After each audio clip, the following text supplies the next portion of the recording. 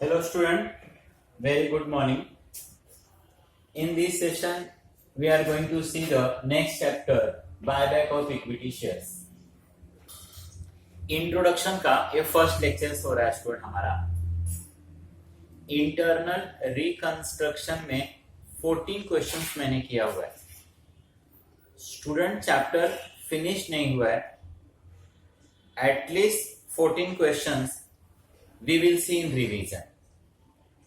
Classroom lectures जब मिलेगा, offline lectures मिलेगा, तो उन चीजों को मैं और अच्छे से समझा पाऊंगा. इसके लिए मैंने फिलहाल 14 क्वेश्चंस किया कि आपको लिटिल बिट उसका आइडिया रहे. एंड व्हेन वी मीट ना, तो once again we see that chapter in classroom. अब नेक्स्ट चैप्टर स्टूडेंट यहां पर buyback of shares. Buyback of shares देखो, अभी बायबैक ऑफ शेयर्स क्या होता है. बाय का मतलब स्टूडेंट खरीदना, बैक का मतलब वापस लेना. ऑफ इक्विटी शेयर्स मतलब यहां पर सिंपल बताऊं तो यहां पर कंपनी क्या कर रहा है, अपने ही कंपनी के शेयर्स को, कंपनी अपने ही कंपनी के शेयर्स को बैक ले रहा है, परचेज कर रहा है. कंपनी अपने ही कंपनी के शेयर्स को परचेज करके स्टूडेंट न तो वो अपने पास रख सकता है, न तो किसी को फिर से री इश्यू कर सकता है. ऐसा नहीं कि आज चलो कंपनी का फाइनेंशियल स्टेटस XYZ है, या किसी तरीके से मैनिपुलेशन करके उसने शेयर्स खरीद लिया, कर तो फिर उसका रेट अप्स हो गया, मार्केट में फिर से उस शेयर्स को बेचा. ऐसा कंपनी नहीं कर सकता. आप लोगों ने एक चैप्टर लास्ट ईयर पढ़ा होगा, redemption of preference shares. Redemption of preference shares के अंदर हमने देखा स्टूडेंट कि हम प्रेफरेंस शेयर्स होल्डर्स को रीपे कर रहे थे. हम प्रेफरेंस शेयर्स होल्डर्स को उसका पैसा रिटर्न कर रहे थे. काफी ज्यादा सिमिलरिटी है रिडम्पशन ऑफ प्रेफरेंस शेयर से और बायबैक ऑफ इक्विटी शेयर से. यहां पर हमने रिडम्पशन नहीं लिखा है, बायबैक लिखा है, बट मोर और लेस चीजें वही यहां पर होने वाली है. यहां पर हम शेयर्स होल्डर को पैसा देंगे और हम अपने कंपनी के शेयर्स को क्या करेंगे, उनसे परचेज करेंगे. अब इसके रीजंस देखते हैं, कंडीशंस देखते हैं, जर्नल एंट्री देखते हैं, and then we see the actual question. Last year आपने एक सेम चैप्टर स्टूडेंट ये भी देखा होगा, इश्यू ऑफ शेयर्स. कोई भी XYZ कंपनी या कोई भी XYZ पर्सन जिनको बिजनेस स्टार्ट करना है, तो उस बिजनेस को स्टार्ट करने के लिए अगर किसी के पास सबसे बड़ा प्रॉब्लम्स होता है, तो वो प्रॉब्लम्स होता है फंड का. हम लोग ने ऑलरेडी मैनेजमेंट के बुक्स में, ओसी में अगेन और अगेन पढ़ा, capital is the backbone of the business, capital is the life blood of the business. मतलब जिस तरीके से ह्यूमन बीइंग के बॉडी में ब्लड का इंपॉर्टेंस है, बैकबोन का इंपॉर्टेंस है, अगर ब्लड नहीं रहेगा आपका सर्वाइवल पॉसिबल नहीं है. बैकबोन नहीं रहेगा, आप लाइव रहते हुए भी डेथ की तरह रहोगे अगर आपके बैकबोन में प्रॉब्लम्स रहेगा. तो एग्जैक्ट उसी तरीके से स्टूडेंट बिजनेस के अंदर किसी फाइनेंस का होना है. तो यहां पर चलो एक एग्जांपल, इश्यू ऑफ शेयर्स का अगर एग्जांपल बताऊं. चलो, मैंने आपको बताया एक चैप्टर पढ़ा आपने, इश्यू ऑफ शेयर्स. सपोज अब कोई एक XYZ कंपनी स्टार्ट करना है, एक ABC कंपनी स्टार्ट करना है, तो डेफिनेटली उस कंपनी को स्टार्ट करने के लिए कुछ लोगों को तो पहले सामने आना पड़ेगा. कंपनी तो अपने आप स्टार्ट होगा नहीं कहीं पे, ये तो नेचुरल थिंग्स है नहीं, ये तो आर्टिफिशियल है, लोगों को इसको बनाना पड़ेगा. तो एक एग्जांपल, सपोज एक ABC कंपनी स्टार्ट करना है, तो उस कंपनी को स्टार्ट करने के लिए एक एग्जांपल बोल रहा हूं, नीड 50 लाख. सपोज 50 लाख की जरूरत है, और जैसे मैंने बताया कि इस कंपनी को स्टार्ट करने के लिए कुछ लोगों को सामने आना पड़ेगा. अब कुछ लोग जो सामने आएंगे ना स्टूडेंट, चलो उनको मैंने बताया हम बोलते हैं प्रमोटर्स. अब प्रमोटर्स बोलो, फाउंडर मेंबर्स बोलो, बोथ आर सेम. तो एक एबीसी कंपनी स्टार्ट करना है। इस कंपनी को स्टार्ट करने के लिए we need the 50 lakh rupees. Promoters आया। Suppose the promoter have the 20 lakh rupees. Promoter के पास खुद का कितना पैसा है स्टूडेंट? 20 लाख। बट वो तो मैंने पहले ही क्लियर किया कि कंपनी को स्टार्ट करने के लिए कितना चाहिए? 50 लाख। तो प्रमोटर के पास, फाउंडर मेंबर के पास, कंपनी स्टार्ट करने वाले पर्सन के पास एक क्वेश्चन क्रिएट हुआ कि यार जब तक तो 50 लाख रहेगा नहीं, हम बिजनेस स्टार्ट नहीं कर सकते हैं। तो काफी सोचने के बाद उनको रियलाइज हुआ कि चलो 50 लाख हमारे पास नहीं है, 20 लाख रुपीस है, चलो बाकी का पैसा ना हम मार्केट में लोगों से क्या करते हैं? कलेक्ट करते हैं। ये पब्लिक है जिनको आप शेयर होल्डर बोल सकते हो, और यहां पर इन्होंने डिसाइड किया इशू ऑफ शेयर्स। और शेयर्स इन्होंने डिसाइड किया कि चलो 30 लाख रुपीस का शेयर्स इशू करते हैं, और रियल में इन्होंने ऐसा ही किया। दे need the 50 lakh rupees, they have the 20 lakh rupees. 30 lakh rupees इन्होंने मार्केट से कलेक्ट करना स्टार्ट किया। ऑल ओवर द इंडिया इन्होंने शेयर्स इशू किया। पब्लिक ने इनके ऊपर ट्रस्ट दिखाया, पब्लिक इन्वेस्ट द मनी, और इनके पास 30 लाख रुपीस कलेक्ट हो गया। अब स्टूडेंट, आप लोग ने ऑलरेडी इतने दिन से आप एज अ कॉमर्स स्टूडेंट पढ़ रहे हो, आपने देखा कि शेयर्स का जो वैल्यू होता है, नॉर्मली अगर मैं बात करूं तो इक्विटी का 10 रुपीस, और सिक्योर्ड जो भी आपके पास डिवेंचर्स होते हैं, सिक्योर्ड में डिवेंचर्स होता है, प्रेफरेंस होता है, सिक्योरिटी होती है, नॉर्मली 100 रुपीस से रहता है। But we are studying here equity shares. यहां पर हम इक्विटी पढ़ रहे हैं। चैप्टर का नाम है बायबैक ऑफ इक्विटी शेयर्स। तो इसकी बात करें तो मैं बोलूं कि नॉमिनल वैल्यू एक उन्होंने सपोज 10 रुपीस रखा, 3 रुपीस पर शेयर्स वैल्यू रखा इन्होंने। इस तरीके से मार्केट में they issue the 3 lakh shares. इन्होंने 3 लाख शेयर्स इशू किया और अपना फंड कलेक्ट कर लिया, रिक्वायरमेंट पूरा हो गया, और उन्होंने कंपनी क्या कर दिया? स्टार्ट कर दिया। तो 20 लाख खुद का, 30 लाख पब्लिक से, कंपनी क्या हो गया? स्टार्ट हो गया। सपोज एक पॉइंट नंबर 1 हो गया। अब स्टूडेंट, ऐसा हुआ, ये जो एबीसी कंपनी स्टार्ट हुई, इसके जो प्रमोटर्स थे, सेम टाइम बोलूं कि उसके अंदर के जो शेयर होल्डर भी थे, all are the part owner of the company, all these are the lucky guys. काफी ये लोग लकी पर्सन है, और इन्होंने जो बिजनेस स्टार्ट किया वो बिजनेस मार्केट में काफी बूम किया, काफी अच्छा चला। एंड आफ्टर द 6-7 ईयर का एक एग्जांपल, आफ्टर द 7 ईयर का सीन ऐसा, आफ्टर 7 ईयर का सीन ऐसा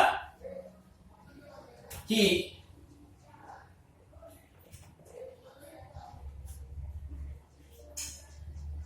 दे हैव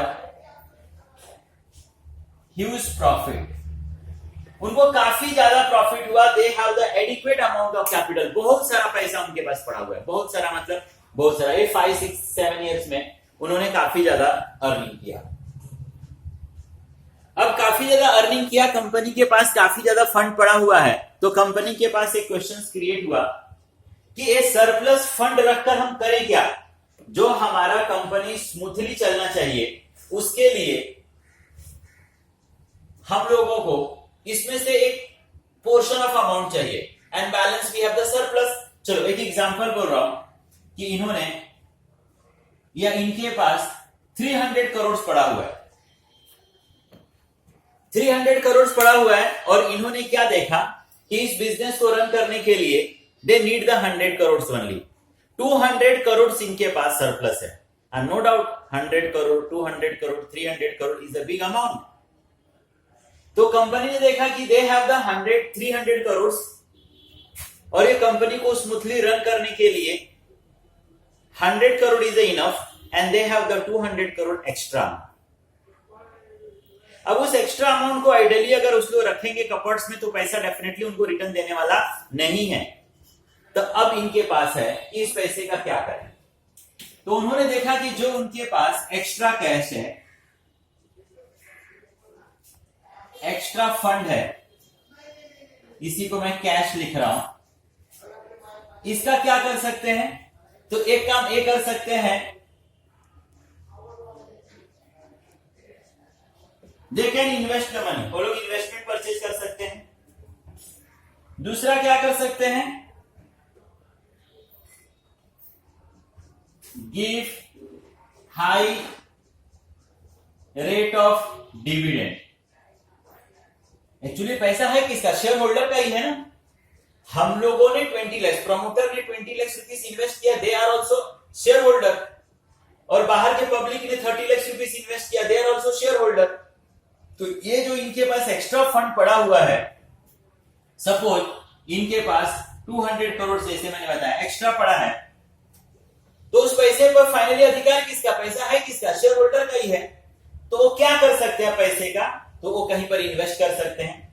दूसरा मैंने बताया कि they give high rate of dividend, ज्यादा से ज्यादा लोगों को क्या करें? डिविडेंड दे। तीसरा कर सकते हैं रीपेमेंट्स ऑफ लोन,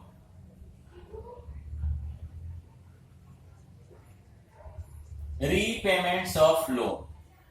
जब इन्होंने कंपनी स्टार्ट किया था, एट दैट टाइम मैंने बताया कि दे need the fund, 50 lakh rupees collect हो गया था, बट और भी किसी तरह का उनके पास कोई लोन है, सपोज बैंक से भी उन्होंने कुछ लोन लिया था, 50 लाख के बाद भी दे नीड द फंड, उन्होंने सपोज डिवेंचर इश्यू किया था, क्रेडिटर्स उनके पास हैं,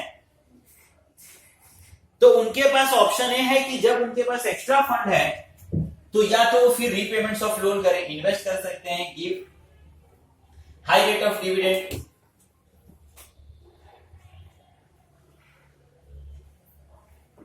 हाई रेट ऑफ डिविडेंड दे सकते हैं, रीपेमेंट्स ऑफ लोन कर सकते हैं, and they have one more option कि वो buy back of equity shares कर सकते हैं, कि अपने ही कंपनी के शेयर्स को लोग क्या करें?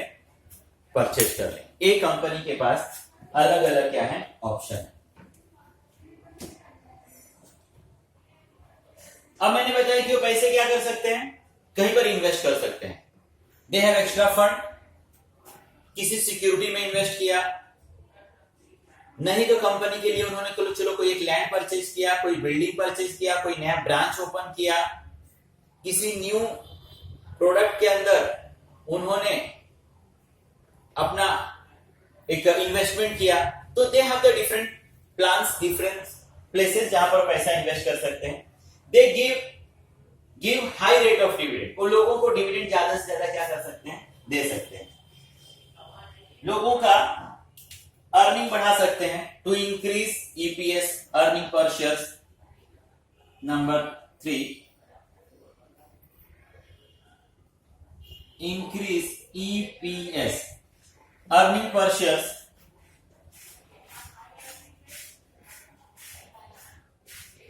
Earning per share. अब देखो अर्निंग पर शेयर, एक एग्जांपल्स यहां पर, सारा चीज हम लोग एग्जांपल्स ले रहे हैं कि आप चैप्टर की थ्योरी को समझ सको। जब रियल क्वेश्चंस करेंगे तो वहां पर हमारे पास एग्जैक्ट फिगर होगा, एंड एट दैट टाइम मेरे को समझाना और ज्यादा इजी होगा। इस समय मेरा सिर्फ काम है कि मैं बायबैक के कंसेप्ट को आपको समझाऊं कि इसमें होता क्या है। तो मैंने बताया कि ये काम लोग क्या कर सकते हैं या बायबैक में, टू इंक्रीज ईपीएस, लोगों का अर्निंग पर शेयर। अब देखो बायबैक से किस तरीके से लोगों का अर्निंग पर शेयर बढ़ेगा बायबैक करने से। अब इन्होंने चलो डिसाइड किया बायबैक करने के लिए, तो बायबैक देखो क्या क्या कर सकता है, लोगों का अर्निंग पर शेयर बढ़ा सकता है। अब फिर से एक एग्जांपल, सपोज उनको ना 4 लाख रुपीस का प्रॉफिट हुआ, एक एग्जांपल, या 4 लाख का प्रॉफिट होता है, एंड सपोज कंपनी के अंदर 10,000 शेयर होल्डर्स है, 4 लाख का profit, 10,000 share holder, every share holders को एज ए डिविडेंड के तौर पे रिटर्न कितना मिलेगा? 40 रुपीस। अब एक दूसरा सिचुएशन देखते हैं कि सपोज कंपनी ने सोचा कि चलो मैं 10,000 में से 2,000 शेयर्स बायबैक कर लेता हूं। कंपनी ने 2,000 शेयर्स बायबैक किया, स्टिल एग्जांपल में समझो कि आपका प्रॉफिट 40 लाख, 10,000 शेयर्स है। मैंने आपको यहां पर क्लियर किया ना, एक एग्जांपल के लिए मैंने 10,000 शेयर्स दिया था, 4 लाख आपका प्रॉफिट। अब इसको यहां से लिंक मत करना कि 3 लाख लिखा था, आपने यहां पर 10,000 शेयर्स लिखा। मैं सिर्फ यहां पर इमेज अपने सामने रखकर आपको थ्योरी समझाने की कोशिश कर रहा हूं। यहां तो मैंने बताया था कि 30 लाख रुपीस मुझे पब्लिक से रेज करना है और एक शेयर की कॉस्ट 10 रुपीस है, तो 3 लाख मुझे शेयर्स पब्लिक को क्या करना पड़ेगा, इश्यू करना पड़ेगा। अब मैं यहां पर ये आपको एग्जांपल्स बता रहा हूं कि कंपनी अगर हाई रेट ऑफ डिविडेंड देगा, रीपेमेंट्स ऑफ लोन करेगा, बायबैक करेगा इस एक्स्ट्रा पैसे से, तो उसके अंदर मैं एग्जांपल समझा रहा हूं कि अगर कंपनी बायबैक करता है तो किस तरीके से लोगों का अर्निंग पर शेयर बढ़ेगा। तो उसका मैंने एग्जांपल बताया कि चलो कंपनी के पास सपोज 4 लाख रुपीस का प्रॉफिट है, 10,000 शेयर होल्डर, तो एवरी शेयर होल्डर्स को रिटर्न कितना मिलेगा, अर्निंग पर शेयर कितना मिलेगा, 40 रुपीस रिटर्न। अब बायबैक करने से देख क्या होगा, एक एग्जांपल फिर से वही, कंपनी को स्टूडेंट 4 लाख रुपीस का प्रॉफिट है, कंपनी को 4 लाख का प्रॉफिट है, कंपनी ने 2000 शेयर्स बायबैक कर लिया, तो अब कंपनी के पास शेयर्स बचा कितना, 8000। अब 8000 बचा स्टूडेंट, तो पर शेयर होल्डर्स कितना मिलेगा स्टूडेंट, लोगों को 50 रुपीस। मैंने पहले ही क्लियर किया, कंपनी बायबैक करके ना तो शेयर्स को खुद के पास रख सकता है और ना तो किसी को री इश्यू कर सकता है। मतलब कंपनी ने बायबैक किया तो डेफिनेटली उस शेयर्स को डिस्ट्रॉय करेगा। मतलब जो हमारा नंबर्स ऑफ शेयर्स पहले 10,000 था, अब वो नंबर्स ऑफ शेयर्स कितना हो गया, 8,000। अब फ्यूचर्स में जो भी प्रॉफिट डिस्ट्रीब्यूट होगा वो 8,000 शेयर होल्डर में डिस्ट्रीब्यूट होगा। तो जब 10,000 शेयर होल्डर्स थे और प्रॉफिट हमारा 4 लाख था, एवरी पर्सन 40 रुपीस, सेम मैंने प्रॉफिट लिया, number of share holder is 8,000, लोगों को मिलने वाला रिटर्न क्या हो गया, 10 रुपीस से क्या हो गया, बढ़ गया। अब वो प्रॉफिट 8,000 शेयर होल्डर्स के बीच में क्या हो रहा है, डिस्ट्रीब्यूट हो रहा है। तो increase intrinsic value,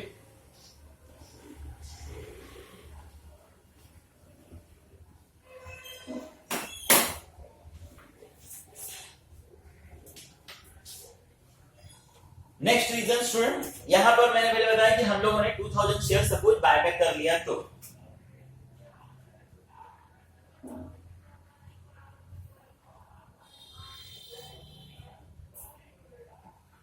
suppose buyback 2000 shares, तो अब नेक्स्ट चीज ये हो जाएगा। नेक्स्ट इसके अंदर हो सकता है नंबर 4, बायबैक करने से to increase intrinsic value of shares. Intrinsic value का मतलब होता है स्टूडेंट पर वैल्यू शेयर्स, शेयर्स के एक शेयर्स की वैल्यू। अब ये सारा फॉर्मूला आप फ्यूचर में पढ़ोगे, इसका एक फॉर्मूला है net assets divide by number of shares. अब नेट एसेट्स मतलब कंपनी के पास जो भी एसेट्स है, land, building, plant, machine, furniture etcetera, और नेट लिखा है मैंने आफ्टर पेइंग ऑल लायबिलिटीज, तो जो भी एसेट्स बचा वो शेयर होल्डर का है, और मैंने उसको नंबर्स ऑफ शेयर होल्डर से डिवाइड कर दिया शेयर से, तो मुझे एक शेयर की वैल्यू समझना है। अब मैं बता रहा हूं रीजन कि बायबैक करने से क्या और फायदा होगा। तो बायबैक करने से फायदा होगा कि मार्केट में शेयर्स की वैल्यू क्या होगी, बढ़ेगी, लोगों का ट्रस्ट आपके ऊपर ज्यादा बढ़ेगा, लोग आपके शेयर्स को ज्यादा मार्केट में खरीदना पसंद करेंगे क्योंकि इसकी वैल्यू क्या हो रही है, बढ़ रही है। अब देखो किस तरीके से, एक एग्जांपल, सपोज 1 करोड़ का प्रॉफिट था। अब यहां वाला प्रॉफिट अलग अलग एग्जांपल्स बता रहे हैं। अब किस तरीके से देखो इंट्रिंसिक वैल्यू बढ़ता है। 1 करोड़ का प्रॉफिट था and suppose we have the 10,000 shareholder थे, 10,000 शेयर्स था, तो डियर एक शेयर का कॉस्ट कितना था, 1000 रुपीज पर शेयर। एक शेयर का कीमत कितना था 1000 रुपीज। से प्रॉफिट इज 1 करोड़। और जैसे मैंने बताया कि 2000 शेयर्स सपोज बायबैक हो गया, तो अब यहां पर शेयर्स कितना बचेगा स्टूडेंट्स, अब 8000। मतलब जो अब 1 करोड़ का एसेट्स है वो कितने लोगों का एसेट्स है, 8000 शेयर होल्डर का एसेट्स है। तो अगर मैं 8000 से डिवाइड करता हूं तो आप देखोगे 12,500 पर शेयर्स। ओके, अब इसमें आर्गुमेंट मत करना कि सर एक शेयर्स का कॉस्ट 1000 है क्या, एक शेयर्स का कॉस्ट 12,500 है क्या, नॉर्मली शेयर्स तो 10 रुपीज से था।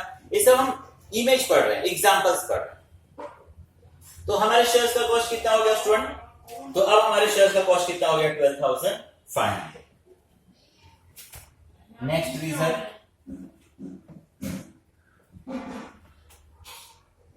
To increase promoters holding।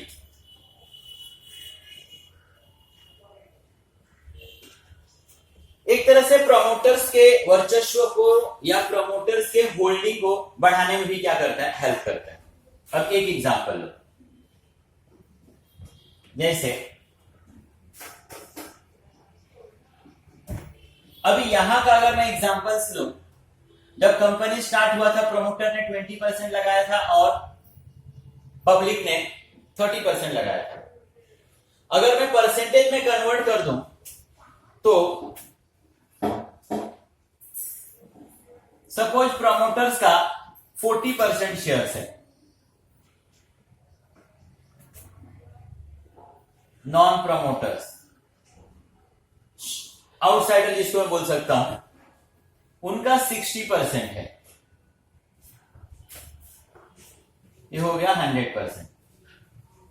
तो इस सिचुएशन में स्टूडेंट थोड़ा सा प्रॉब्लम्स क्या होता है कि यहां पर नॉन प्रमोटर्स ऑलवेज प्रमोटर्स के ऊपर हावी रहता है। आपको मालूम होना चाहिए कि एवरी ईयर शेयर होल्डर्स का एजीएम होता है, मीटिंग्स होता है, all important decisions taken by the majority only. तो जब कभी भी कोई भी इंपॉर्टेंट डिसीजंस प्रमोटर को कंपनी के फेवर में लेना रहेगा तो ये नेसेसरी नहीं है कि ये सारे लोग उसको सपोर्ट ही करें। ये लोग मेजॉरिटी में हैं, आउटसाइडर लोग मेजॉरिटीज में हैं, इसके लोग अपोज जाएंगे तो वहां पर कंपनी को चलाने के लिए, कंपनी को इंप्रूव करने के लिए जरूरी नहीं कि इसका लिया हुआ हर डिसीजंस ना अप्रूवल को ही होगा, अप्रूव होगा।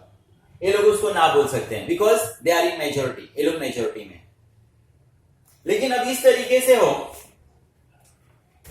सपोज प्रमोटर के पास 40% शेयर्स है, चलो 40% नो इश्यू शेयर्स है, आउटसाइडर के पास 30% है। अब कंपनी ने सपोज कि 30% बायबैक कर लिया, अब 30% बायबैक कर लिया स्टूडेंट, तो आउटसाइडर के पास कितना बचा 30। मैंने बताया ना कि कंपनी इस शेयर्स को बायबैक करके रीइश्यू कर ही नहीं सकता है, इसको डिस्ट्रॉय कर देगा। तो अब जो भी शेयर्स बचा उसमें का 40% प्रमोटर के पास और आउटसाइडर के पास कितना 30%। तो कंपनी के प्रमोटर्स को, फाउंडर्स मेंबर को कोई भी कंपनी का डिसीजन लेना है तो easily they take the decision. उनका वर्चस्व उस कंपनी के अंदर बड़ा होगा। ये लोग मेजॉरिटी में अब नहीं है तो दे टेक एनी डिसीजन। इसी तरीके से एक रीजन है to prevent takeover attempt, to prevent takeover attempt. इस तरीके के भी बहुत सारे एग्जांपल्स हुए हैं। अब जैसे फॉर एग्जांपल प्रमोटर्स का 40% शेयर्स है, एक एग्जांपल्स। अब दूसरा एग्जांपल समझो, नॉन प्रमोटर 20% है और आपका कोई कंपटीटर्स है, शेयर्स तो इश्यू करते समय students, company all over countries को शेयर्स इश्यू करता है। आपको थोड़ी मालूम है कि आपका शेयर्स जो परचेज करने वाला पर्सन है वो आपका कंपटीटर्स है, आपका फ्रेंड्स है कि आपका राइवल्स है, कंपटीटर्स है, किसी को मालूम नहीं। आप तो अपना जो शेयर्स अपने पास है और रख कर बाकी शेयर्स मार्केट में इशू करते हो और कोई भी XYZ पर्सन वो शेयर्स खरीद सकता है। तो अभी सपोज एक एग्जांपल ये समझो कि ये बायबैक क्यों कर रहे हैं हम लोग। सपोज किसी कंपनी में आपका 40% शेयर्स है, नॉन प्रमोटर का 20% है और आपके कंपटीटर्स के पास 40% है। अभी आपके भी शेयर्स बाकी शेयर्स की तरह शेयर्स मार्केट में बिक रहे हैं। सपोज आपका जो कंपटीटर्स है इसने थोड़ा थोड़ा करके ये नॉन कंपटीटर से आपके कुछ शेयर्स परचेज कर लिया। चलो आपके पास 40, नॉन कंपटीटर्स के पास 20% था, उसमें से सपोज ना 5% आपके कंपटीटर्स ने ले लिया। इनके पास 50, आपके कंपटीटर्स के पास चला गया 45।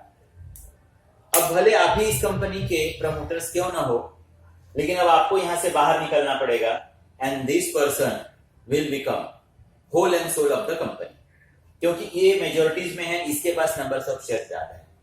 तो ये भी एक रीजन है कि कंपनी जब फाइनेंशियली स्ट्रांग हो जाता है, they have the surplus fund, तो वो अपने आप को और सेव करने के लिए शेयर्स मार्केट से परचेज करता है। अब 40 है, सपोज अगर इसमें से 10% और कंपनी परचेज कर ले, कंपनी के पास 50 हो जाए, इनके पास 10,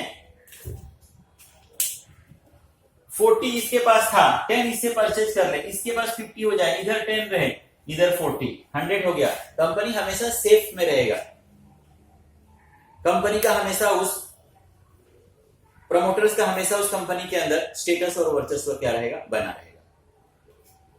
तो ये सारे कुछ रीजंस हैं स्टूडेंट कि हम ये चैप्टर्स क्या करते हैं, पढ़ते हैं।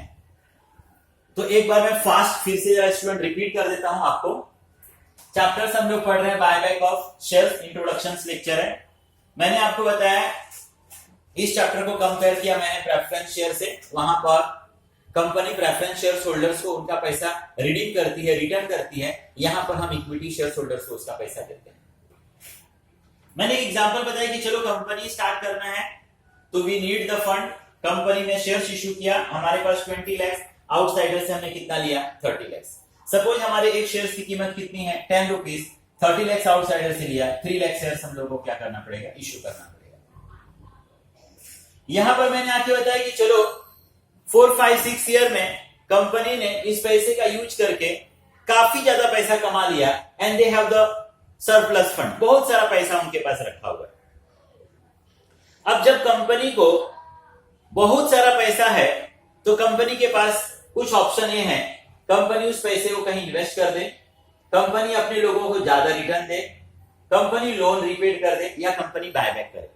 अब हम पढ़ रहे हैं यहां पर बायबैक ऑफ शेयर्स। अब इसके रीजंस पढ़ रहे हैं। चलो बायबैक क्यों करें। अभी बायबैक करने से आपको एक फायदा ये होगा स्टूडेंट कि शेयर होल्डर्स का पर शेयर्स रिटर्न क्या होगा, इंक्रीज होगा। लोगों का ट्रस्ट आपके ऊपर और बढ़ेगा। फ्यूचर में अगर आपको फंड की जरूरत पड़ेगी, एक ब्रांच स्टार्ट करोगे, नया कंपनी स्टार्ट करोगे, डेफिनेटली पब्लिक आपके कंपनी में पैसा रिटर्न करेगी। अब उसको समझाने के लिए बताया 4 लाख रुपीस का सपोज हमको प्रॉफिट, 10,000 शेयर होल्डर, पर शेयर कितना मिलेगा, 40 रुपीस। नेक्स्ट 4 लाख का प्रॉफिट, 2,000 अगर मैं शेयर्स बायबैक कर लेता हूं स्टूडेंट, तो अब ये 4 लाख 8,000 में डिस्ट्रीब्यूट होगा, पर शेयर होल्डर्स को कितना मिलेगा स्टूडेंट, 50 रुपीस। दूसरा रीजन बायबैक पढ़ने का, to increase the intrinsic value of share. Buyback से फायदा होता है कि हम अपने शेयर्स के वैल्यू को बढ़ा सकते हैं, लोगों का हम लोग फेथ गेन कर सकते हैं, इमेज कंपनी का मार्केट में इंप्रूव कर सकते हैं।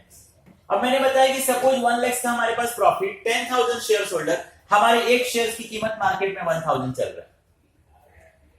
सपोज 2,000 हमने शेयर्स बायबैक कर लिया, तो अब वही 1 करोड़ रुपीस 8,000 लोगों के बीच में डिस्ट्रीब्यूट होगा। उस 8 करोड़ के ओनर अब 8,000 शेयर होल्डर है। शेयर की कीमत कितनी हो गई, 12,500।